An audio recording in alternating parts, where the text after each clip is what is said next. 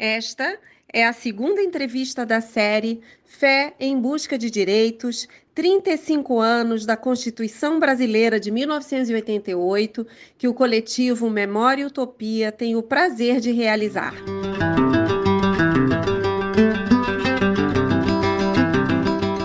Nós queremos trazer à memória figuras e questões importantes que marcam essa Constituição, né? E uma das figuras importantes que nós queremos trazer à memória de sua trajetória é Lisânias Maciel.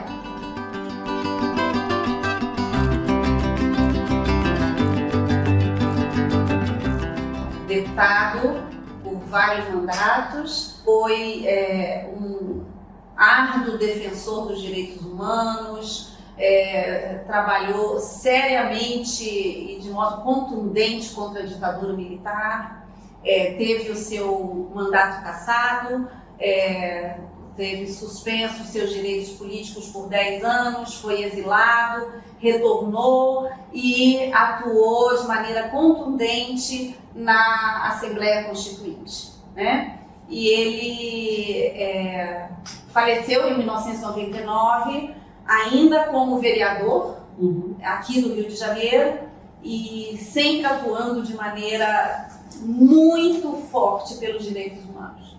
Então, nós queremos trazer essa memória com aqui a fala dos seus dois filhos, Andréa e Antônio, né?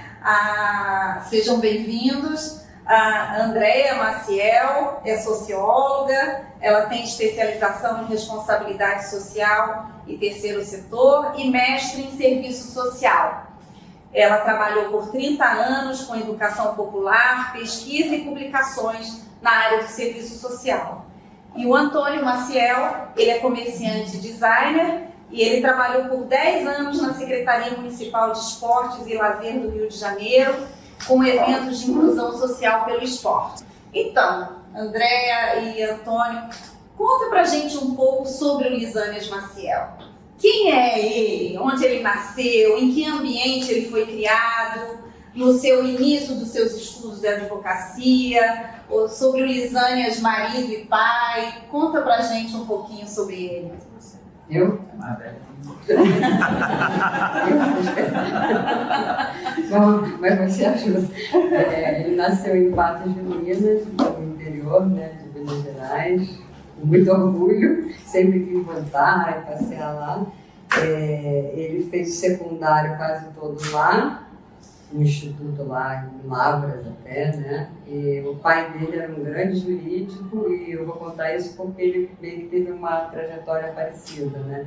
O pai era um grande jurídico, tenista e tal, e de repente larga a cátedra lá e o escritório de advocacia para ser pastor.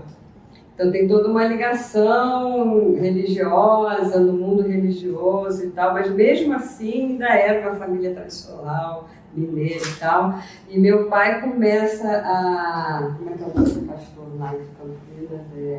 Você até anotou aí? Okay. Que começa a ser influenciado pela igreja sobre as questões sociais.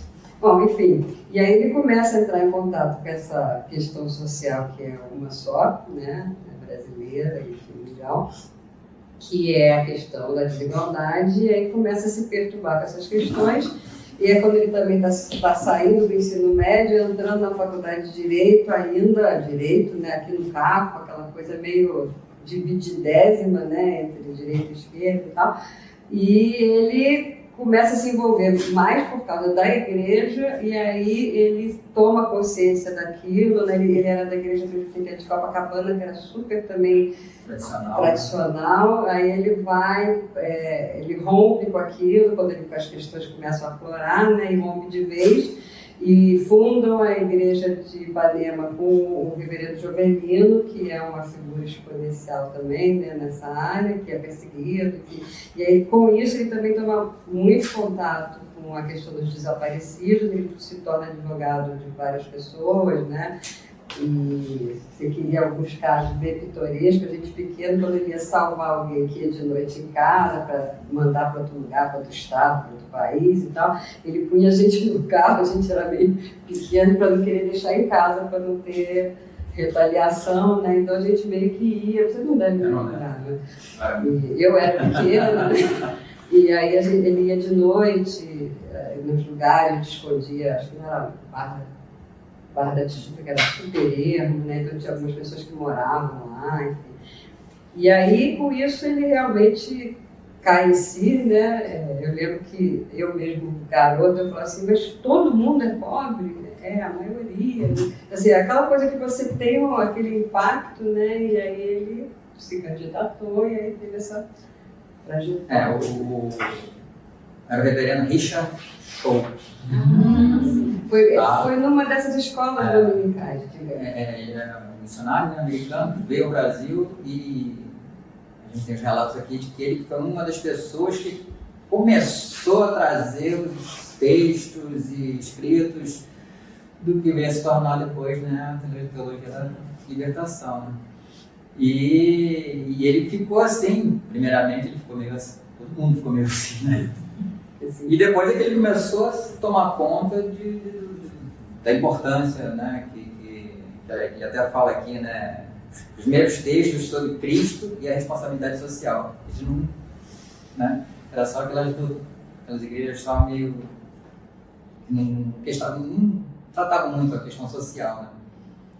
E aí se envereda por esse mundo aí tem os nomes aqui, né, de Dom Pedro Casaldália, Tomás Balduino, Paulo Evaristo Arne, Leonardo Boff, Frei Beto, aí começa a aparecer todo mundo, né? E ele embarca nesse caminho, né? Que ele mesmo fala, ele mesmo, nessa época, depois disso tudo, ele mesmo fala, eu era um burguês.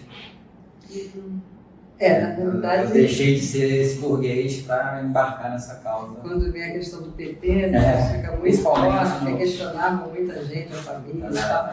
Essa coisa que eu, como socióloga, não é que você, devido à sua origem, que você não possa lutar e tal, mas ele dizia, nunca neguei isso, né? Tem um fato engraçado, que foi na campanha política, que perguntavam para ele onde é que ele gostava de votar, não sei o quê. Todos os políticos disseram, no boteco ali da minha esquina, não sei o que, ele foi lá na casa da Suíça, papai. Porque ele era amigo de todos os gatões. Esse é 82, mas era assim, eu não posso negar, não vou fingir pra ninguém, não sei o que, essas coisas meio. E aí ele foi Ele começou no MDB. No MDB, desculpa. Mas ele passa pelo Partido Comunista? Não. Isso era uma coisa de princípio religioso. O papai era assim, ele tinha uma clareza muito grande por que lutar. Ele falava era em defesa dos pequeninos, eu vim para isso. Então assim, eu não preciso estar no partido tal, estou no MDB, que é o partido de oposição, que não é, mas enfim, é o que a gente pode conseguir, conseguiram muito, né? Muito dentro do limite, né? Mas ele nunca gostou, sempre falou, né? Eu falava para ele, eu sou comunista, né? Brincando do que eu sou. Mas, enfim, era muita coisa de opção. Meu tio Helder e tal, ele sempre teve muita ligação com a igreja, mas sempre com muita clareza da questão social, emoções, desigualdade. E ele tinha essa clareza, ele não tinha tanto... O tio Helder falava, super preparado, acho que a maioria daqui conhece, né? Helder Dias Maciel, sociólogo. Muita influência nele, ele falava assim, mas o seu pai é espontâneo, eu não saberia falar na tribuna, não saberia ir conversar com os estivadores, a gente desde muito pequeno foi também com ele, a gente ia com ele, também era outra época, né, conversar com o pessoal de Furnas, tudo era muito, e ele queria, essas pessoas têm direito, essas pessoas, então assim, era muito mais fundo, totalmente, essencialmente religioso, né? Ele não... Mas também nunca desrespeitou, fez até umas piadas que o Partido Comunista não gostou, né? Entendeu? Mas nunca também discriminou e achou que era ruim, mas nunca. Ainda falando da vida política dele, ele teve 3 mandatos, né? Sendo um na Assembleia Constituinte. Não, o anterior, onde O ele foi anterior, cassado. que ele foi cassado. E aí, Aliás, ele foi cassado no segundo mandato.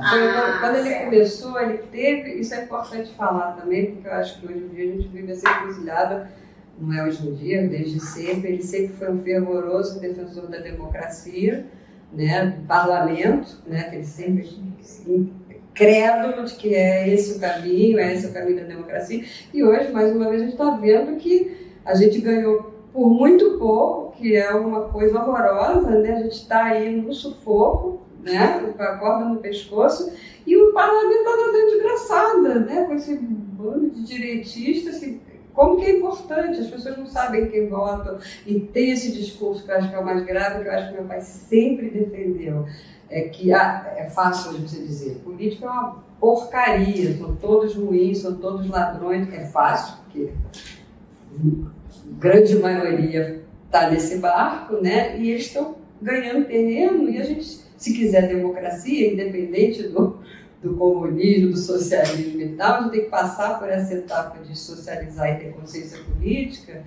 E hoje em dia, as pessoas que eu conheço, né, que são de votar no Bolsonaro descontentes com o Lula, que não roubou, aquela coisa toda, as leis estão sendo votadas desse lado. A gente está vendo a força de um líder, do centrão que se adapta, né? E aí a gente não...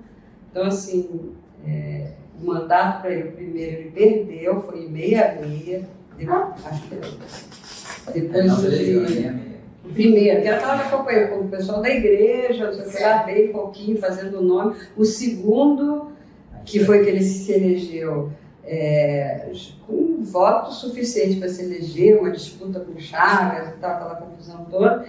Em 71, correto? E aí no terceiro, quer dizer, no segundo de fato, que no primeiro ele não conseguiu entrar, que aí ele teve aquela votação estrondosa de 100 mil votos e tal, não sei o quê, porque era o momento mesmo de todas, né, todo mundo se unindo e tal, e aí ele foi cassado, né? E aí o Solvente já tinha feito conhecido no Brasil inteiro, né? Então, vocês iam nos comícios com ele? Nossa, meu pequeno. Ele é menor. Depois da... Que memória vocês têm disso? Dessa ida aos comícios? Olha, eu me lembro só dos comícios pós-cassação, né? Antes da cassação era muito pequeno, tinha 13 anos. Aí no pós-cassação a gente foi nos primeiros foram de governador. Eu fui de governador, pelo PT, né? Ele foi 82. Então, o primeiro dos comícios que eu comecei a participar foi para governo do Rio. Ia sempre, assim, eu que levava de carro, ele não tinha equipe nem nada. Então, os amigos que levavam, eu levava, Daniel, e participava. Era o máximo, era empolgante, né? Eu me lembro muito do comício que teve aqui na Cinelândia, que o Lula veio. Nossa, foi uma festa maravilhosa, né? Mas aí quero voltar para esse período da ditadura, né? Esses mandatos que ele tinha durante a ditadura e quando ele foi cassado. Que memória vocês têm desse processo, né? Porque o que, assim, às vezes você vê nas biografias e tudo, que ele, a partir um divisor de águas ali, foi quando ele faz um discurso contundente contra a cassação de 2 deputados do Sul, né? E aí a coisa desandou para ele. E como é que foi essa ida de vocês, né? No dia da cassação, eu era bem pequeno, mas eu fiquei assim assustado, foi a primeira vez que eu vi um revólver na minha vida. Ele dormiu com um revólver na cabeceira. Que não funcionava. Não funcionava mais. As coisas não estouram demais.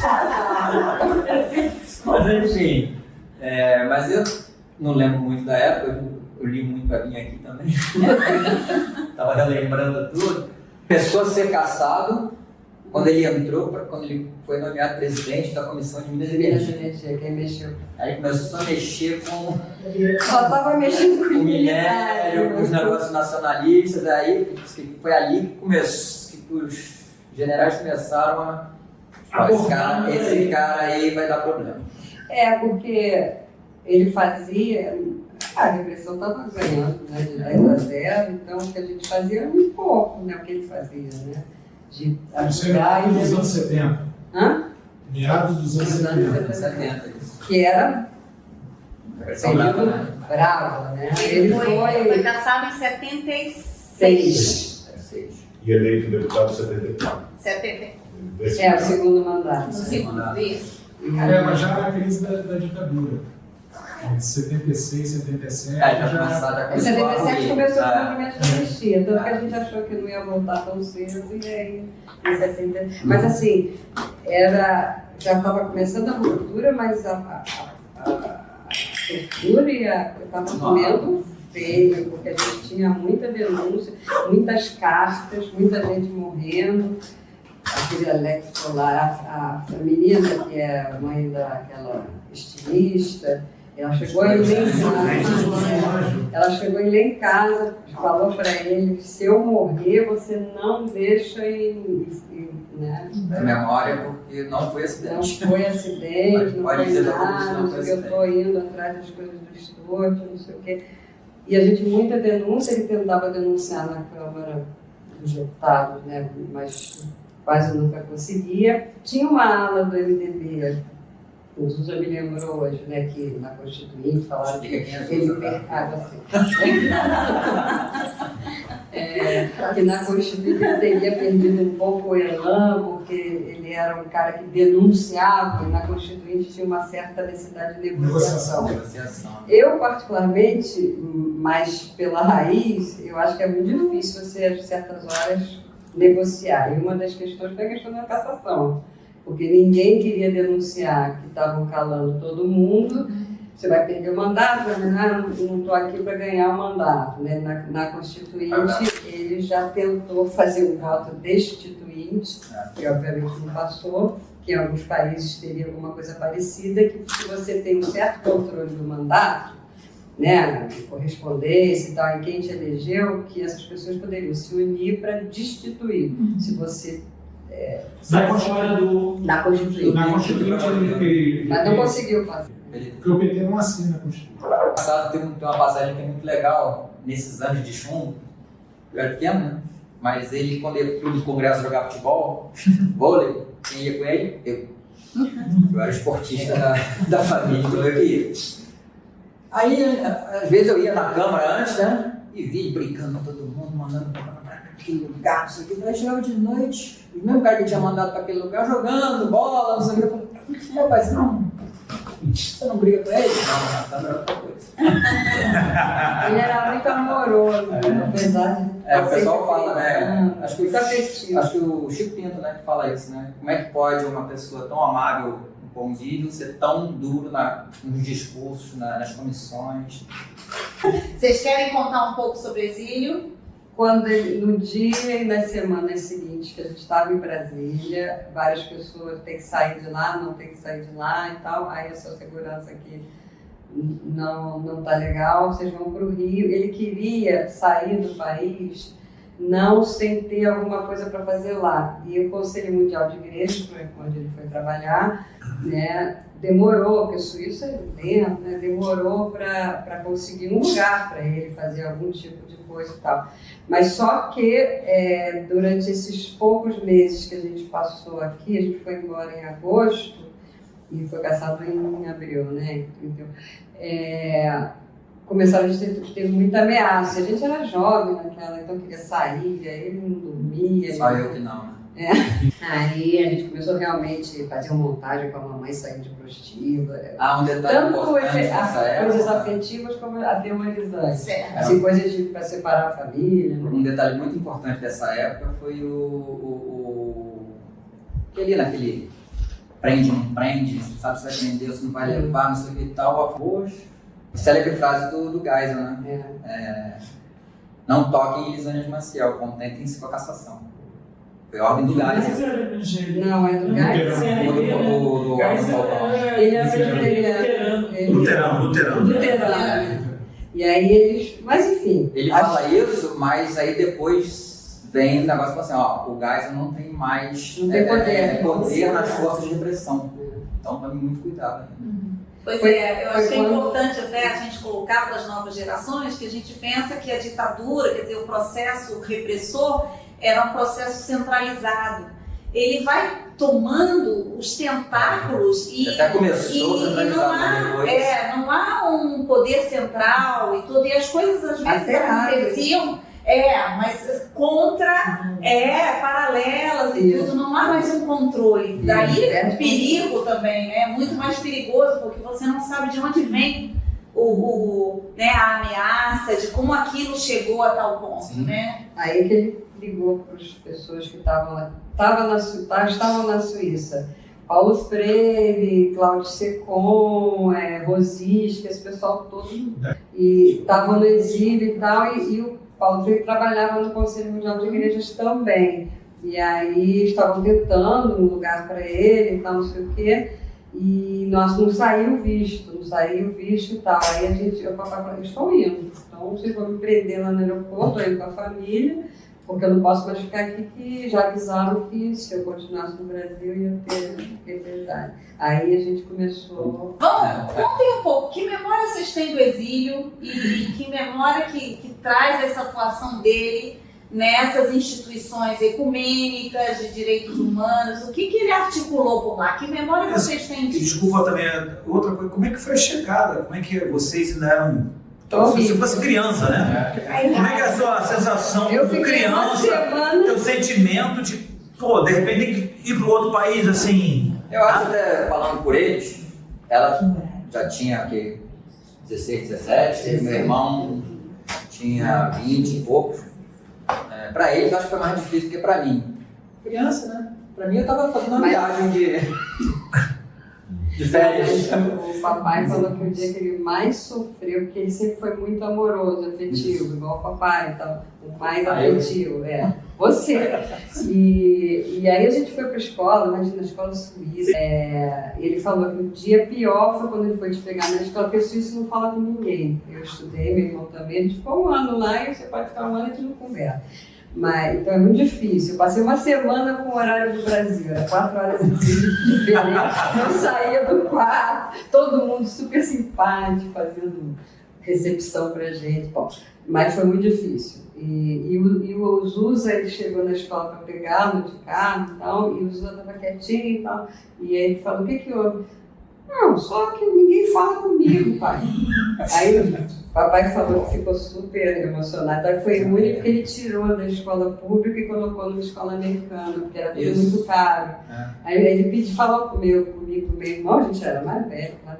E falou: eu preciso tirar, porque é inconcebível, né? Uma criança, ninguém conversar, né? Realmente, na escola foi muito mais... Foi escola americana, aí um monte de estrangeiro, um monte de estrangeiro, né? Quantos anos você tinha, Súdia? 14. 13 para 14. Mas ele articulou muito no Conselho Mundial de Igrejas, porque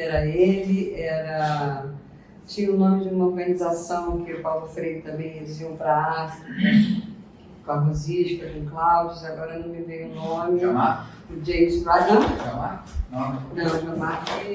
Não, Jamar estava em Paris. Jamar conta histórias. Jamar conta histórias quando eles estavam na Ilha Grande, sendo super torturados, não sei o quê, que o papai às vezes passava, eles viam que era assim: meu Deus, alguém está lutando pela gente. E lá no Conselho Mundial de Igreja foi muito receptivo, assim, de ser muito careta, assim, certinho, tanto com o Paulo Freire, com o papai e com outros, de poderem articular. Foram à Palestina, foram à África. Fizeram aquele importante. Você já estava aqui no Brasil, né? Da África do Sul. Ele foi o único deputado brasileiro que foi convidado por um grupo de 7 pessoas. Contra o apartheid. Um grupo ecumênico do mundo inteiro contra o apartheid. Eles percorreram na Europa inteira, nos Estados Unidos. Já foi aqui. E vocês tiveram contato com filhos de outros? Tivemos, eram mais novos. Marcos Lins, a Sônia Lins, que também foi duramente torturada, Marcos Arruda, são pessoas que moravam ou em Paris, Pax, depois com o Betinho. Betinho, O filho do Betinho, tá o Danico, né? Mas era um pouco mais novo. Daniel é da minha idade. Até mais novo, Daniel é mais novo. E tivemos. Aí a gente éramos muito unidos. Aí era também não tinha idade, né? A gente saía com os pais, todo mundo todos exilados, porque os suíços não falam com ninguém, então a gente só saía. Porque apesar da gente estar em Genebra, que né? era uma cidade internacional, né? Mas mesmo assim era muito difícil, né? Não tem essa brasilidade, não tem esse... Vocês, durante o exílio do Lisânia, vocês ficaram só na Suíça? Só na Suíça. Não foram para outros países? Só Genebra. Saí direto para a por Suíça do Conselho Mundial. É porque ela falou, né? Que o pai falava, né? A gente só vai sair daqui quando tiver um lugar para ir. É porque também tava... Não tava aquele...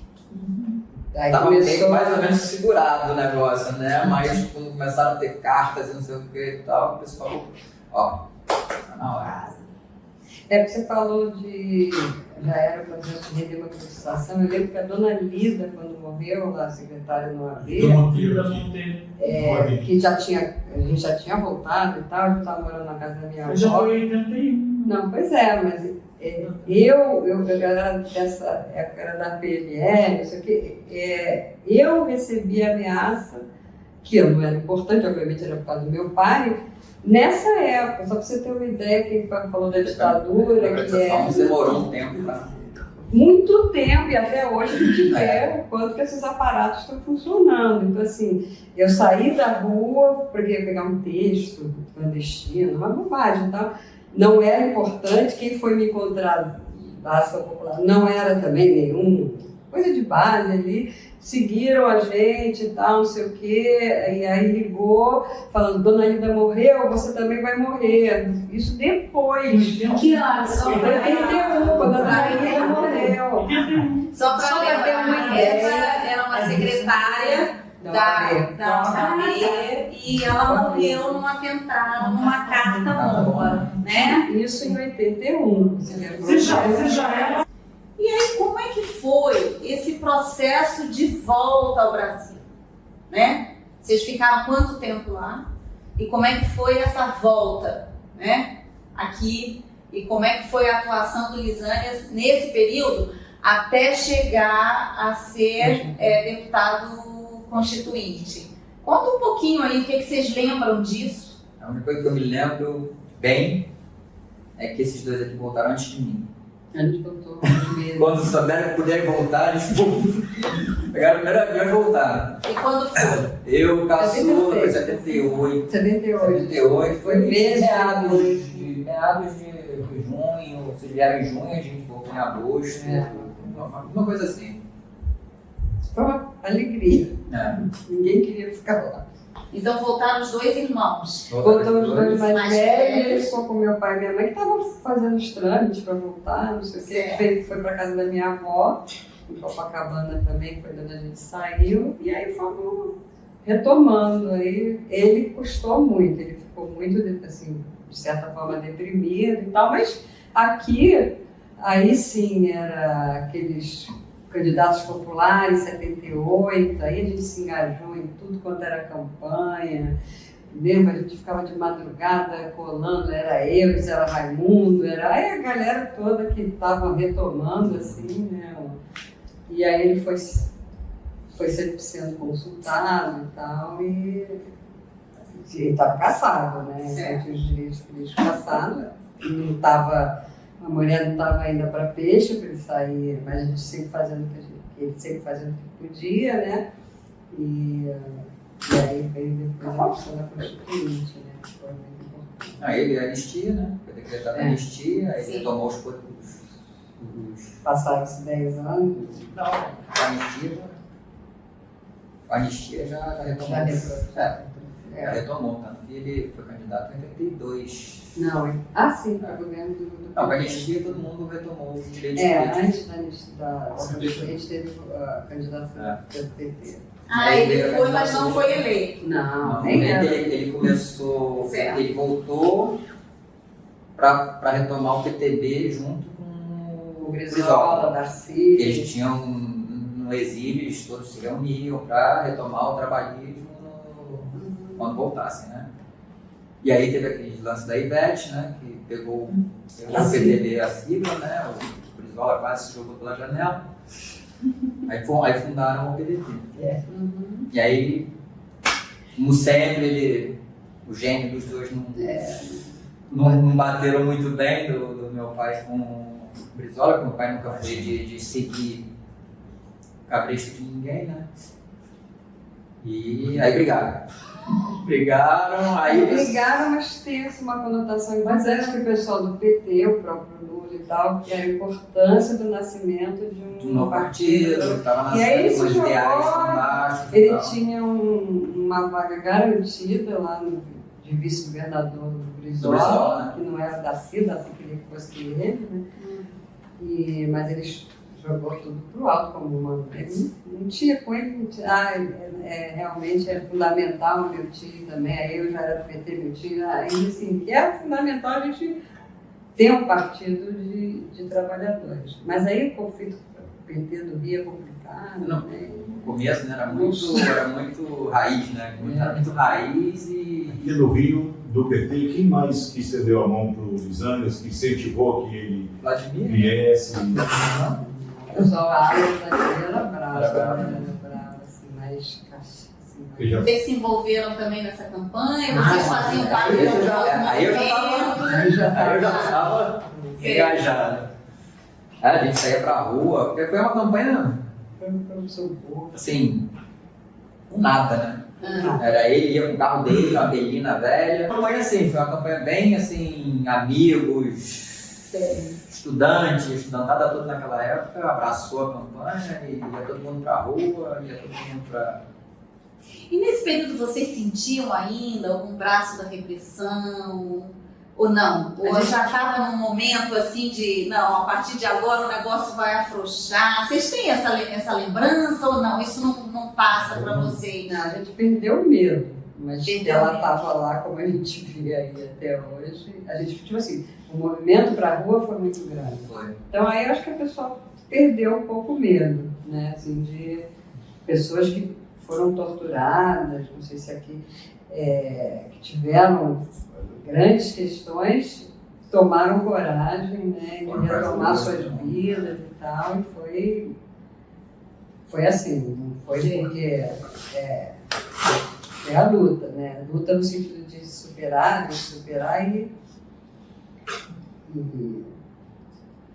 e arriscar e lutar de novo. Seguir em frente. Então, conta pra gente como é que foi esse processo, né? O Lisânias não ganha as eleições aqui, e como é que foi esse processo dele no PT, essa saída, como é que, né, pra gente chegar aí ao nosso foco da Assembleia Constituinte, vocês lembram um pouco disso, como é que foi esse processo? Foi um momento importante de fortalecer o Partido dos Trabalhadores, ele entendeu que era muito importante o nascimento, né, e o crescimento do Partido dos Trabalhadores.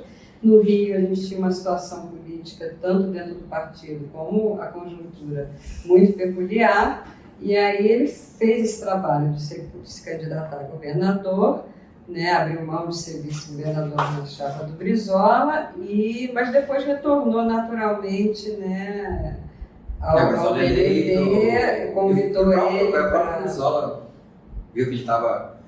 que o PT não crescia no Rio de Janeiro, né? Só crescia mais em São Paulo. E fez esse convite. O próprio Brizola fez o convite para ele voltar ao PDT. Deu até uma secretaria para ele. Não deu não. Depois ele deu uma secretaria. Secretaria não. Nunca deu. Não, aquele negócio do...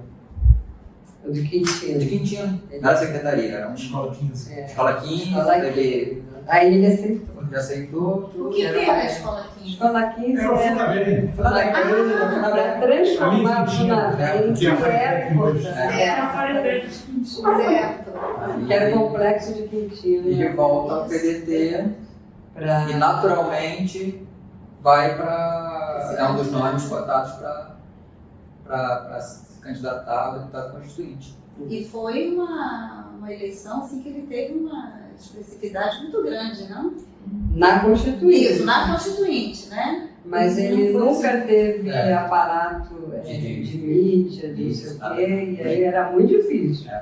Era sempre, não foi fácil não, ele teve uma votação expressiva, muito expressiva, em 74. 74 a morte.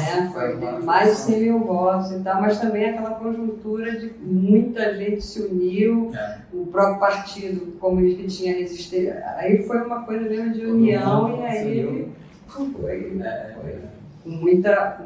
E ele, até dentro do PDT mesmo, vou ter que falar, ele também não tinha muito. Não, pois ele tem uma frase que, se nem se eu posso falar aqui, só em off, que ele não fazia parte da turma da maçaneta, né? Aí o repórter, o que é isso? Aí o pessoal fica abrindo a porta do Brizola.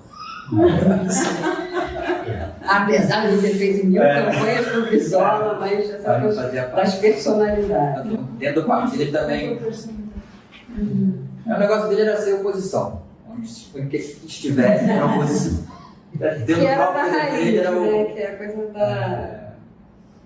E aí, eu estava dando uma olhada, como é que foi a atuação dele na Assembleia Nacional Constituinte, né? Ele fez a Assembleia Nacional Constituinte, ela era composta de 8 comissões e 24 subcomissões que trabalharam aí para a feitura final do texto, né? E ele fez parte da subcomissão dos direitos políticos, dos direitos coletivos e garantias, e também da subcomissão de defesa do Estado, da sociedade e de sua segurança, que são temas extremamente próximos à trajetória dele, né? Política, tanto na ditadura e direitos humanos.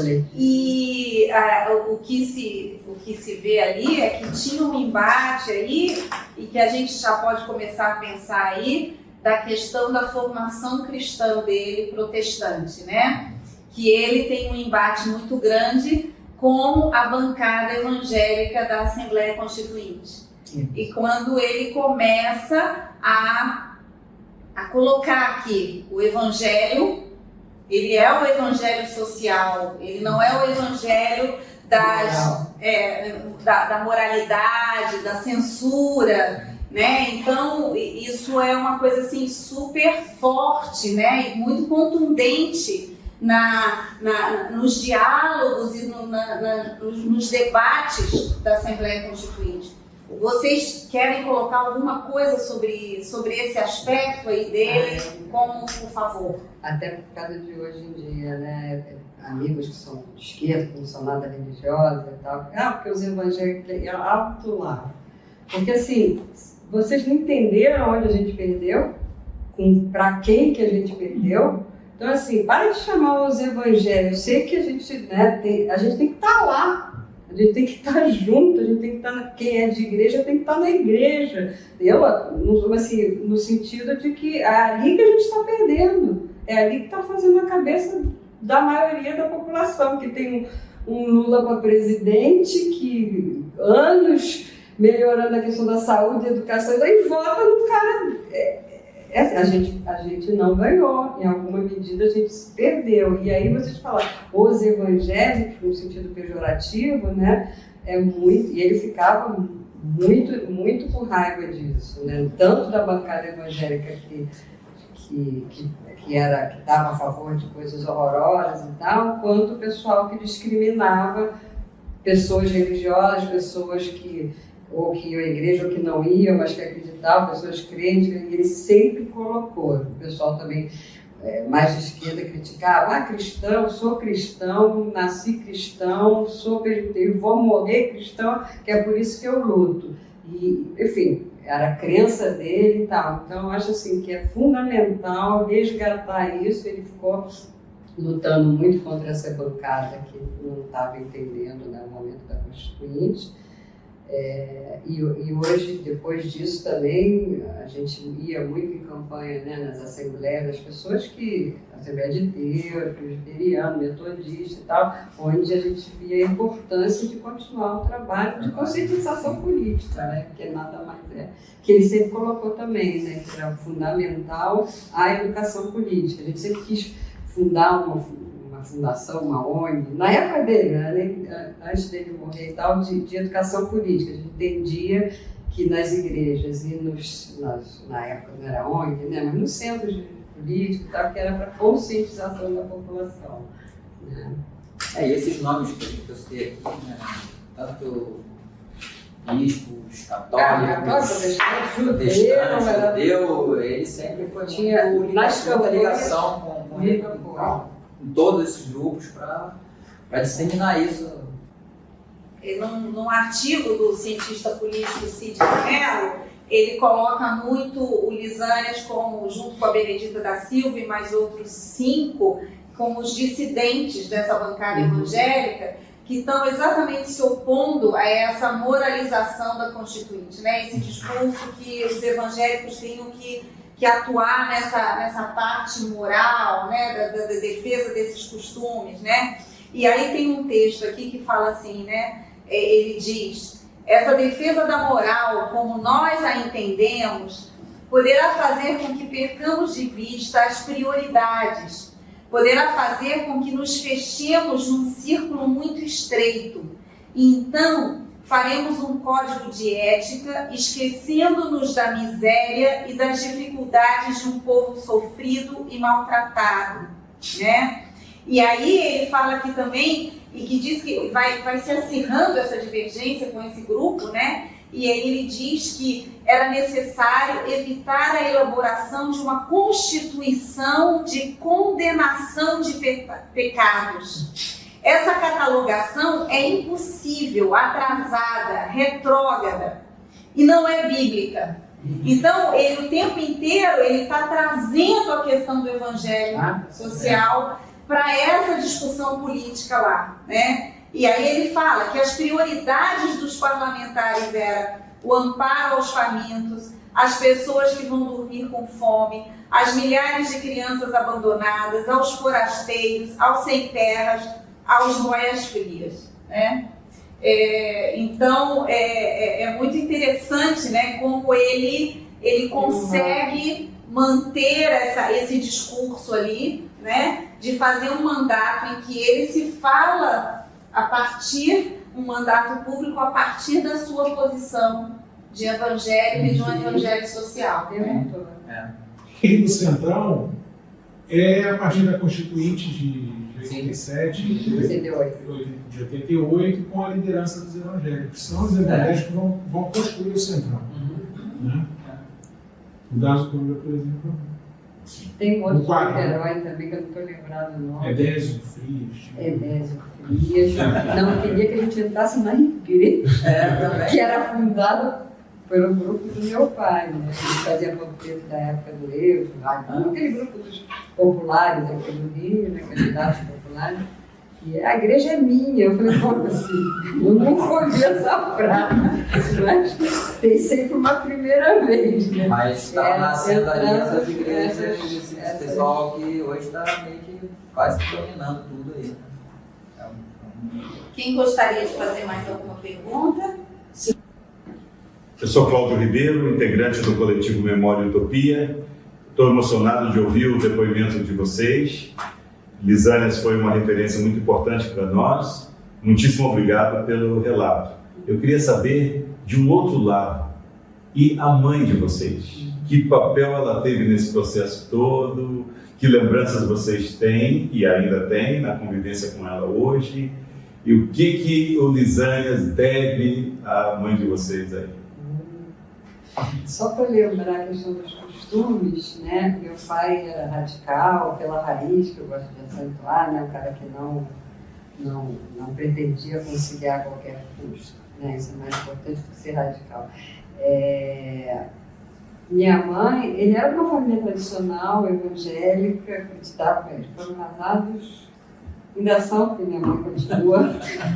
Né, assim, mas foram família tradicional, 3 filhos, tem todo mundo que estudar, ir para a igreja e tal, e nem por isso ele achava a Igreja Presbiteriana de Ipanema, que foi expulsa, agora já faz muitos anos, foi expulsa da congregação presbiteriana, por ser muito avançada, por ter os Jonas, enfim, aquela questão toda, né? E por causa dos costumes também, que eles acreditavam, mas nunca foram preconceituosos de outras pessoas. Então, casava divorciado, desquitado, judeu com católico, com qualquer pessoa que quisesse casar ou frequentar a igreja, podia sentar nos bancos de Deus, como ele falava. E minha mãe foi companheira dele a vida inteira, seguiu e apoiou. Meu pai era super desorganizado, bagunceiro, enrolado, perdia tudo. A gente nasceu com esse jeito, esqueceu os nomes, esqueceu o nome de todo mundo. Apesar de afetivamente, ele lembrava e se engraçava com todo mundo. Mas minha mãe foi ali, o casamento tradicional, ele não sabia esquentar um negócio, como é que funcionava micro-ondas. Eles adoravam ir ao cinema, meu pai não tinha um videocassete. Tudo é supérfluo, comprando. Você gosta de cinema, videocassete nem é tão caro. Aí ele aceitava. Sim, ele é muito... vivia para o mundo, mas ao mesmo tempo ele era um pai muito amoroso, muito afetivo, e minha mãe ao lado dele. Sempre ao lado dele, sempre... em qualquer lugar, em qualquer momento. E acompanhou também, não só na vida em casa, nos filhos, que meu pai sempre foi muito ausente por conta da política, então ela sempre cuidou muito bem da gente, né? Mas também sempre ao lado dele na política. Não era aquela pessoa que ficava em casa, esperava o marido, não, ela sempre ia para a Câmara, trabalhava na Câmara, fazia tudo, comício, estava sempre ao lado dele, né? O pessoal da Câmara, os autênticos falavam que a primeira dama da Câmara em 70 era a Regina Maciel, né? Ela estava sempre lá do lado, nas votações, nas bagunças, nas brigas, ela estava sempre do lado dele. Então foi sempre muito participante. Não, Carioca também era super assim, conservadora, da igreja presbiteriana de Copacabana. Se conheceram na igreja? Se conheceram na igreja, eram igrejeiros. Ela tinha 15 anos quando começou a namorar com ele. Casaram com 18 e ficaram a vida inteira juntos e muito participativos da vida um do outro. Eu sou a Nalu Rosa, do coletivo Memória Utopia. Eu gostaria de saber como era a atuação nas bases da igreja, né, por parte do Lisânias. Ele pregava, ele tinha funções nas igrejas. Que memórias vocês têm disso? Né? E como é que vocês atuavam na igreja no período em que era possível estar na igreja? Né? Ele não era pastor. Nunca foi. Sempre foi confundido, porque ele sempre falava e era convidado a falar para os congregados, né? Mas ele era presbítero da igreja dele. Então eles tinham um conselho, né? Ele era super atuante, mas tanto é que a igreja foi expulsa, da defesa dos direitos humanos da própria igreja e tal, mas ele se pregava no sentido que ele era um político, não por ser pastor. Então foi convidado com as... Espero que cada vez mais, muitas, mas ainda poucas igrejas que rompiam essa barreira, né? Ele era um excelente orador, então, assim, ele encantava. Chegava nas igrejas e o pessoal gostava muito do que ele tinha para falar, porque era tudo muito intuitivo, ele não tinha nunca nada preparado, ele nunca foi nenhum estudioso das teorias, não sei o que. Então, o próprio Jonas Rezende, meu pastor, o Jonas Rezende, fala isso, né? Que ele se encantava com aquilo que ele acreditava. Ele acreditava numa coisa e defendia aquilo com residência e tal. Era muito intuitivo, né? O que ele tinha para falar.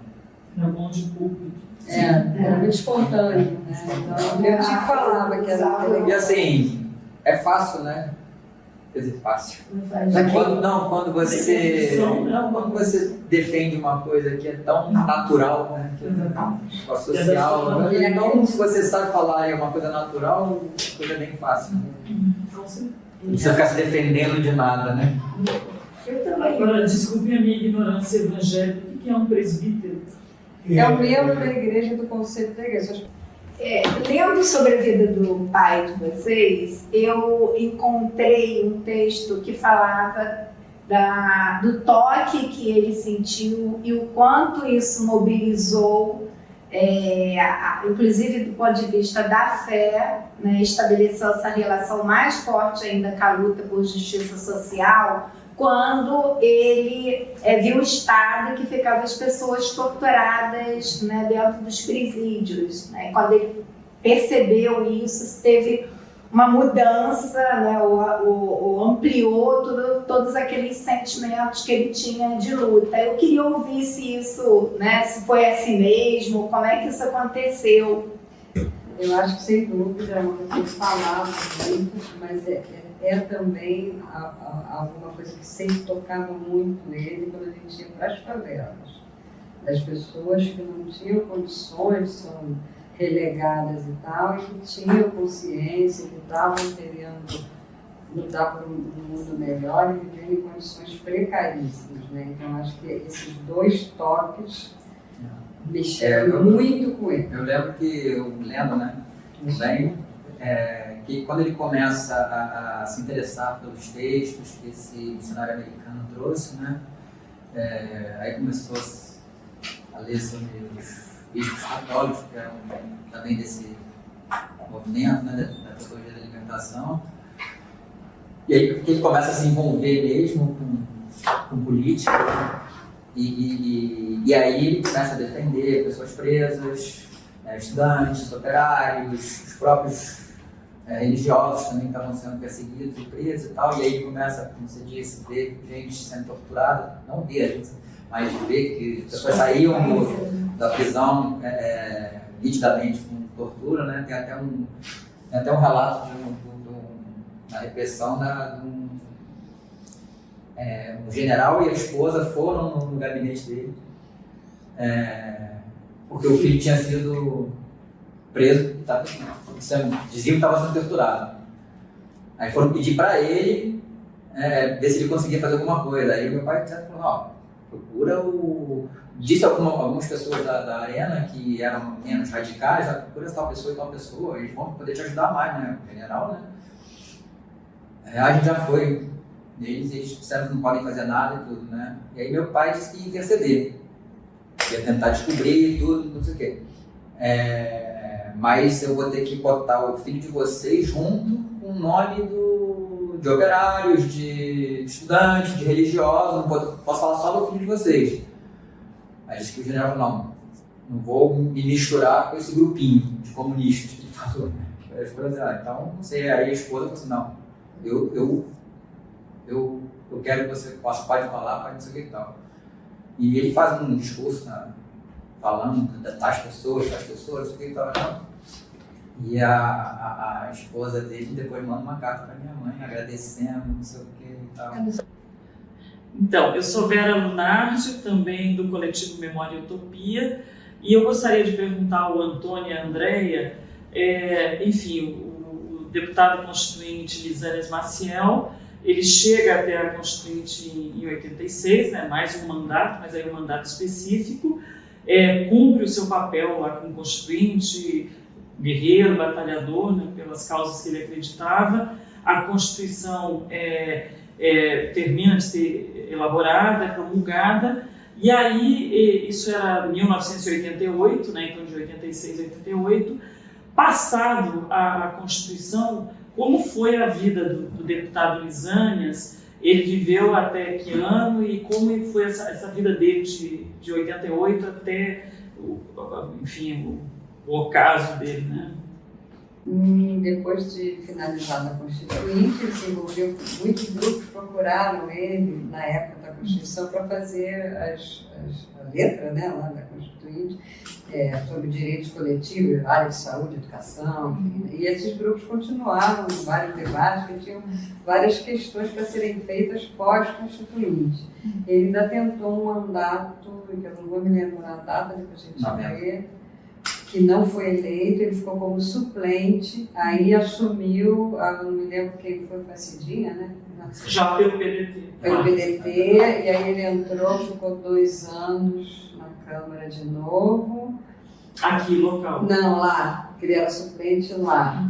A gente não conseguia mais mídia e andar por todos os lugares. Os caras tinham um aparato para fazer campanha, que hoje em dia, né, é muito difícil ser. Apesar de ele ter muito nome, só né? com a palavra você... Meu sobrinho olhava na internet, nossa, ele tem muito voto, Alexandre, mas ele tem muito. Mas ninguém conhece ele, não. Você não conhece garoto, né? Não sei o quê.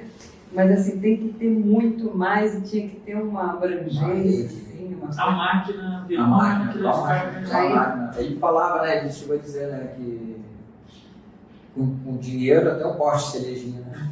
Não, e teve gente, deputado, não vou dizer o nome também, que ofereceu pra gente aquele caminhão aqui em cima, um negócio assim, a gente, agora a gente vai arrebentar. Não aceitou. Era uma deputada que não gostava. Então assim, a gente não tinha nada. Doação só se fosse de amigos, só se fosse de saber que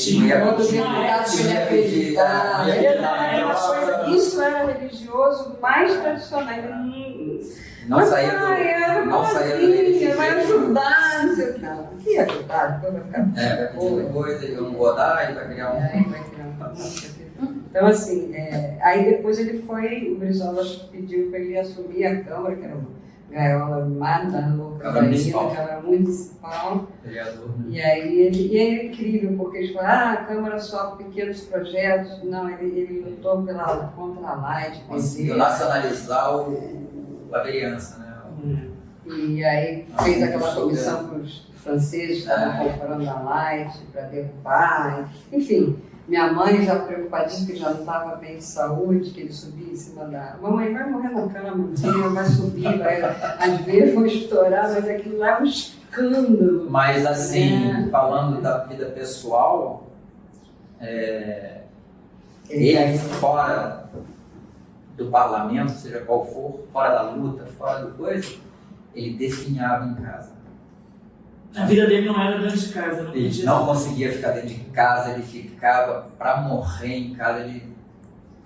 Enquanto ele não estava fazendo na rua alguma coisa para luta, ele não ficava bem. Apesar dele, muita gente perguntava pra gente, né? Ele era muito amoroso, assim, com os netos, com os filhos, adorava sair, mas a coisa dele não estar atuando acabava com ele, o íntimo dele assim. Ainda falando desse Lisânias fiel, né, à sua crença, à sua fé, de como ele enxergava a vida política e também como as coisas estavam entrelaçadas, né, eu quero destacar aqui uma frase dele, né, nos diários da Assembleia Nacional Constituinte, que ele diz assim: os problemas vitais do povo brasileiro são os problemas vitais do Evangelho, conforme estabelecido nas Sagradas Escrituras. E a gente, para terminar aqui essa nossa conversa, eu queria que vocês colocassem o que vocês querem dizer para as pessoas que não conhecem essa história do Brasil, que não conhecem essa trajetória desses cristãos de esquerda, né, que trabalharam pela justiça social, pelos direitos humanos, por acreditarem que o Evangelho é isso. O que vocês querem acrescentar? Que temos que lutar o bom combate, porque a situação não está fácil, né? Eu acho que ele foi a vida inteira lutou por isso, acreditou nessa questão social que é única, que é a mesma de sempre. Então, eu acho que para a juventude que não viveu esses anos de chuva, esses anos de muita repressão, muita pobreza, né? E agora também muita muita pobreza, a questão continua, né, que é fundamental que a gente se engaje, que a gente viva democraticamente, civilmente, né, porque ainda não é perfeita, como ele falava, a democracia, ao contrário, né, se eu posso repetir o meu professor, que não há democracia sem socialismo e nem socialismo sem democracia, mas que a gente tem que acreditar que é uma via que só a gente se engajando, assim como na igreja. Né? Não digo a gente se engajar na igreja, tem muita gente que não gosta da instituição e tal, mas se engajar no propósito do Evangelho, né? No propósito de dirimir as questões sociais, que a questão social que é a mais grave, né? Que é a desigualdade.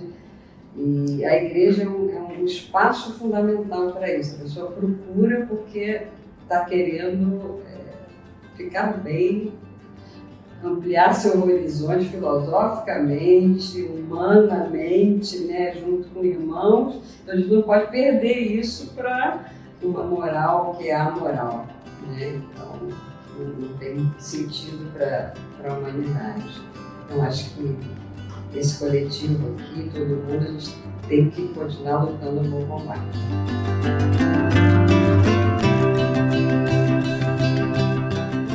Este podcast é uma produção do coletivo Memória e Utopia. A entrevista faz parte do projeto Fé em Busca de Direitos, realizado em parceria com a Casa Galileia e Novas Narrativas Evangélicas, com o apoio da Coordenadoria Ecumênica de Serviço, a SESI, e do Instituto Incube. Para saber mais, visite nosso site www.memoriautopia.com.br.